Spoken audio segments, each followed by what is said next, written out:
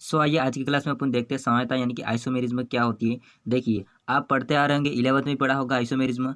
अगर नहीं पढ़ा हो तो यहाँ पर ध्यान से समझिए एक एक स्टेप को। देखिए समानता का मतलब होता है कि कोई भी यौगिक होता है वो क्या करता है, उसका जो अणुसूत्र होता है वो सेम होता है। जैसे कि आप जानते हो, मैंने एग्जाम्पल के थ्रू यहाँ पर ले लिया H2O। मान लीजिए H2O एग्जाम्पल के थ्रू ले लिया, तो देखिए यहाँ पर H2O में कितने हाइड्रोजन है, 2। ऑक्सीजन होता है 1। तो यहाँ पर मैंने इस टाइप से इसको लिखा और दूसरा इस टाइप से लिखा। मतलब यहाँ पर ऑक्सीजन था वो 2 हाइड्रोजन के साथ एक ही बंध के द्वारा जुड़ गया, यहाँ पर इस टाइप से जुड़ गया। हालांकि ऐसा नहीं होता है, लेकिन आपको एग्जाम्पल के थ्रू मैं समझा रहा हूँ, है ना। तो इसको अपन कहते हैं समवेता। मतलब क्या कि ऐसे यौगिक जिनकी 2 या 2 से अधिक, जिनके अणुसूत्र तो समान होते हैं। बात को ध्यान से समझिए। अणुसूत्र किसको कहते हैं, ये वाला हाइड्रोजन 2 ऑक्सीजन 1। यहाँ पर भी हाइड्रोजन 2 ऑक्सीजन 1, यहाँ पर भी हाइड्रोजन 2 ऑक्सीजन 1। मतलब इनके अणुसूत्र तो कैसे समान है। तो अणुसूत्र अगर समान होता है, प्लस अगर इनकी त्रिविम व्यवस्था, देखिए त्रिविम व्यवस्था होती है तीनों दिशा वाली, है ना। तो इसको अपन कहते हैं त्रिविम व्यवस्था। अगर त्रिविम व्यवस्था, या इसको अपन कह सकते हैं संरचना, क्या कह सकते हैं इसको, संरचना सूत्र भी कह सकते हैं इसको। तो संरचना अगर सूत्र या फिर त्रिविम व्यवस्था होती है, अगर अलग अलग है और अणुसूत्र समान है, तो उसको अपन कहते हैं समवायता। क्या कहते हैं, समवायता। अब अपन देखेंगे समवायता के प्रकार। देखिए समवायता होती है 2 टाइप की हो सकती है। एक तो होती है, मैंने अभी बताया, वो संरचनात्मक समवायता। कौन सी होती है, संरचनात्मक समवायता। और दूसरी होती है त्रिविम समवायता। कौन सी होती है, त्रिविम समवायता। इसी के आधार पर 2 टाइप की होती है, त्रिविम व्यवस्था और संरचना सूत्र के आधार पर 2 टाइप की होती है। देखिए संरचनात्मक समवायता में क्या होगा, अणुसूत्र समान होगा, लेकिन संरचना सूत्र कैसा होगा, भिन्न भिन्न। तो यहाँ पर संरचना सूत्र होता है वो भिन्न भिन्न होता है। मैं इसको डबल लिख रहा हूँ यहाँ पर, भिन्न भिन्न, है ना, समझ जाना। और इसमें क्या होता है, त्रिविम व्यवस्था भिन्न भिन्न होती है। अगर संरचनात्मक समानता में देखा जाए तो संरचना सूत्र कैसा होता है, भिन्न भिन्न, लेकिन अणुसूत्र के साथ समान। त्रिविम में क्या होगा, त्रिविम व्यवस्था भिन्न भिन्न। देखो एक एक की याद रखिए, फिर कंफ्यूजन नहीं होगा, है ना। त्रिविम व्यवस्था भिन्न भिन्न, तो वो हो जाएगी त्रिविम समानता। वो संरचनात्मक सूत्र भिन्न भिन्न, या संरचनात्मक व्यवस्था भी कह सकते हैं इसको, है ना। आज पढ़ेंगे अपन संरचनात्मक समानता, अगले लेक्चर में अपन त्रिविम समानता पढ़ेंगे। तो आज अपन स्टार्ट करते हैं यहाँ पर संरचनात्मक समानता। देखिए संरचनात्मक समानता होती है, बहुत टाइप की होती है। तो इसमें से अपन पहला देखते हैं आयनन समानता। कौन सी समानता, आयनन समानता। देखिए आयनन समानता में क्या होता है, इसको समझिए। चूंकि यहाँ पर लेक्चर को इसका है उपसहयोगी यौगिक का है, तो इसलिए अपन उपसहयोगी वाला ही देखेंगे। मतलब इसका उपसहयोगी वाला यौगिक अपन लेंगे। देखिए आयनन समानता में क्या होता है, इनका जो अणुसूत्र होता है समान होता है। कैसे, यहाँ पर मैं एग्जाम्पल के थ्रू ले रहा हूँ, समझिए। कोबाल्ट NH3 होल्स 5 BrSO4, ये इसका अणुसूत्र है। लेकिन इसको अपन खोल के लिखेंगे, जब इसको अपन आयन में यानी कि इसको जल में डालेंगे, तो ये अलग अलग आयन में दर्शाने लगता है अपनी व्यवस्था को। कैसे वो समझना, जैसे कि यहाँ पर कोबाल्ट है, NH3 है, होल्स 5 और Br ऐसे हैं। देखिए ये ऐसा है Br। अब जो ये जो संकुल बनेगा वो पूरा पॉजिटिव होगा, ये पॉजिटिव है। प्लस SO4 जो बनेगा, ये वाला बाहर निकलेगा, जल विलयन में बाहर नहीं निकलेगा, इसके साथ ही होगा, लेकिन ये -2 होगा। दूसरी जो होती है वो समझिए, दूसरी कैसे होती है।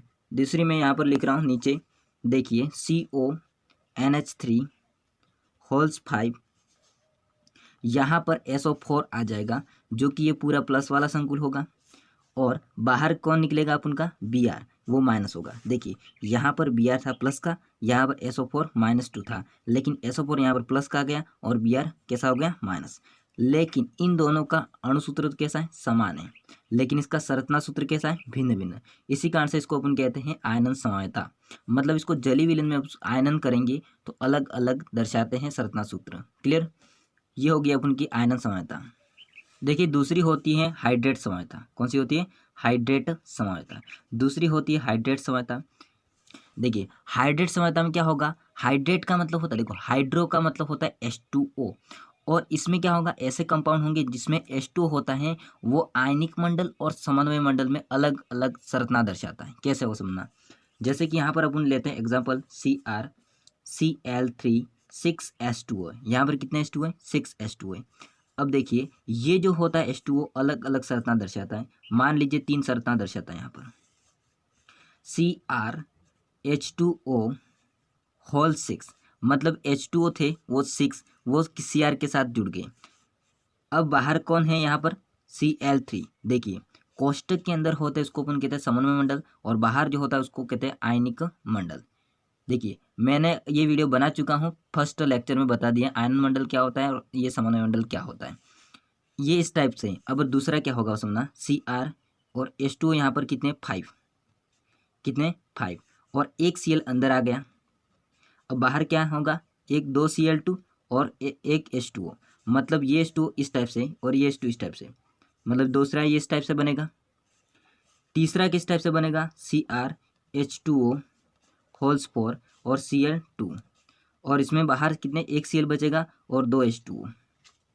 देखिए यहाँ पर H2O होता है वो अलग अलग समानता दर्शाता है, लेकिन इन तीनों की अणुसूत्र कैसे है, समान, संरचना सूत्र कैसा है, अलग अलग, इसलिए इसको कहते हैं हाइड्रेट समानता। इसके बाद तीसरी समानता का नाम हो जाता है बंधन समानता। देखिए बंधन समानता में क्या होता है इसको समझिए।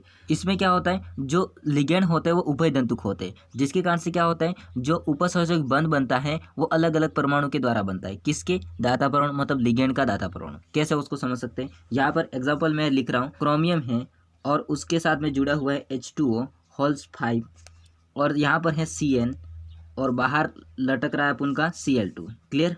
देखिए अब ये Cn होता है एक टाइप का लिगेंड है, लेकिन ये कैसा है, उभय दंतुक है। अब उभय दंतुक कैसे, देखो उभय दंतुक का मतलब दोनों साइड है ना। ये Cn होता है उसमें C परमाणु होता है, वो क्रोमियम के साथ उपसहयोजक बंध बना सकता है, या फिर N होता है वो क्या कर सकता है, क्रोमियम के साथ उपसहयोजक बंध बना सकता है। मतलब एक कंडीशन तो ऐसी होगी, दूसरी कंडीशन कैसी होगी, कुछ इस टाइप से। देखिए क्रोमियम H2O होल्स 5, अब ये Cn था ना, वो हो जाता है Nc, क्या हो जाता है Nc, और ये Cl2 वैसा का वैसा रहेगा। मतलब क्या होता है कि इनका दोनों का अणुसूत्र समान है, लेकिन इसमें क्या हुआ, जो उपसहयोजक बंध बनाने की क्षमता थी लिगेंड में वो अलग अलग थी उभय दंतुक होने के कारण से, तो उसको अपन कहते हैं बंधन समानता। क्लियर। अब अपन चौथी देखते हैं। देखिए चौथी हो जाती है उपसहयोजक समानता। देखिए उपसहयोजक समानता में क्या होता है इसको समझिए। इसमें क्या होता है कि दो आयन होते हैं, मतलब एक जो कि धनायन वाला संकुल होता है, एक ऋणायन वाला संकुल होता है, और दोनों कैसे होते हैं, अलग अलग। अब इसमें क्या होता है उसको समझिए। देखिए यहाँ पर कोबाल्ट है मान लीजिए, तो NH3 है और NH3 होल 6, ये एक प्रकार का अपन का मान लीजिए धनायन है या फिर ऋणायन। इसका ऑक्सीकरण संख्या निकालेंगे तब इसको पता चलेगा अपन को धनायन संकुल है या ऋणायन संकुल है ना। और ऑक्सीकरण संख्या कैसे निकालते हो उसको मैंने बता चुका पिछले वीडियो में, डिस्क्रिप्शन इसका लिंक भी मिल जाएगा आपको। तो यहाँ पर है CONH3 होल 6 Cr और यहाँ पर है Cl6। देखिए ये कुछ इस टाइप से था। अब इसका मन हुआ तो क्या करेगा, ये भाई साहब था वो इसके स्थान पर चला जाएगा और ये था वो इसके स्थान पर चला जाएगा, है ना। अब मेरी वाली तू चला, मैं तेरी वाली चलाता ना, गर्लफ्रेंड की बात नहीं है, समझ जाना। यहाँ पर होगा क्या, देखिए इस टाइप में होगा क्या, ये संकुल या तो मान लीजिए ऋणायन है, ये मान लीजिए धनायन है, या फिर ये ऋणायन है तो ये धनायन है, ऐसा मानना में कोई जाता नहीं आपका। तो मानना है कि इसमें क्या होता है, ऋणायन और धनायन संकुलों के मध्य क्या होता है, एक्सचेंज होता है। लिगेंडों का क्या होता है, एक्सचेंज होता है।